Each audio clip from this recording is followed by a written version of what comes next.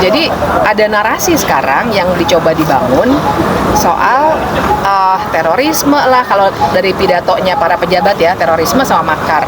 Nah, saya hadir di sini tentu saja tidak akan membahas detail kasusnya karena itu teman-teman yang lain yang menangani dari tim advokasi untuk demokrasi.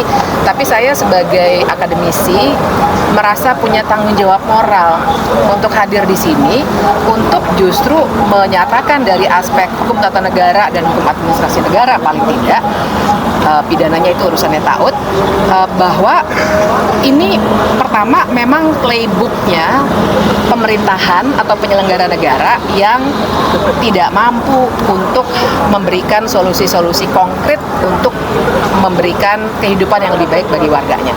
Playbooknya yang saya maksud adalah resep ketika ada kritik, bukannya diatasi akar masalahnya, tapi yang dibikin bungkam adalah orang-orang yang mengkritik itu. Ini banyak nih, mulai dari Donald Trump di Amerika Serikat, kita tahu juga di Nepal itu sudah terjadi, bahkan meletusnya di luar sesuatu yang diperkirakan oleh semua orang yang menganalisis, dan kita sebenarnya berharap itu tidak terjadi juga di sini. Di banyak tempat, di Bangladesh dan lain sebagainya. Ini semacam playbook itu yang saya bilang, resepnya biasanya memang seperti ini.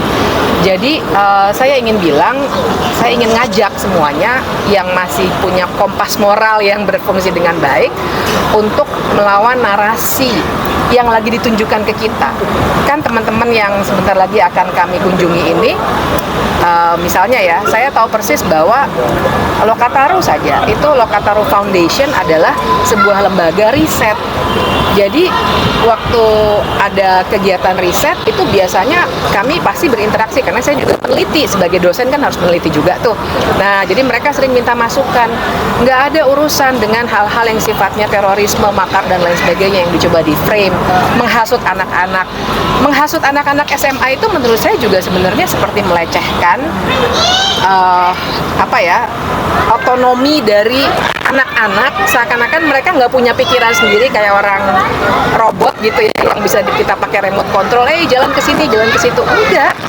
Zaman sekarang ya, teman-teman di sini juga anak-anak muda pasti tahu persis bahwa zaman sekarang semua punya pikiran yang merdeka, dan itulah soalnya dengan demokrasi. Kita merdeka aja kok. Justru ketika ada upaya-upaya yang dilakukan oleh semua yang ada di sini, itu sebenarnya lebih untuk memberikan pendampingan hukum, hal-hal kayak gitu. Semuanya melakukan di sini. Kenapa? Karena hari-hari ini pola untuk membungkam pengkritik sedang dilakukan. Nah, jadi terakhir saya pengen bilang, kan ada ucapan atau ya ucapan-ucapan dari pejabat, hadapi saja dengan gentle, katanya begitu ya. Buat mereka ya hukum bagus banget, bisa cepat dipakai untuk nangkap siapa saja, membungkam media dan seterusnya. Tapi buat kita yang kena, kita nggak punya kekuasaan, kita juga menolak untuk pakai cara-cara yang sebenarnya tidak layak dalam sebuah negara demokrasi. Kira-kira begitu. Terima kasih.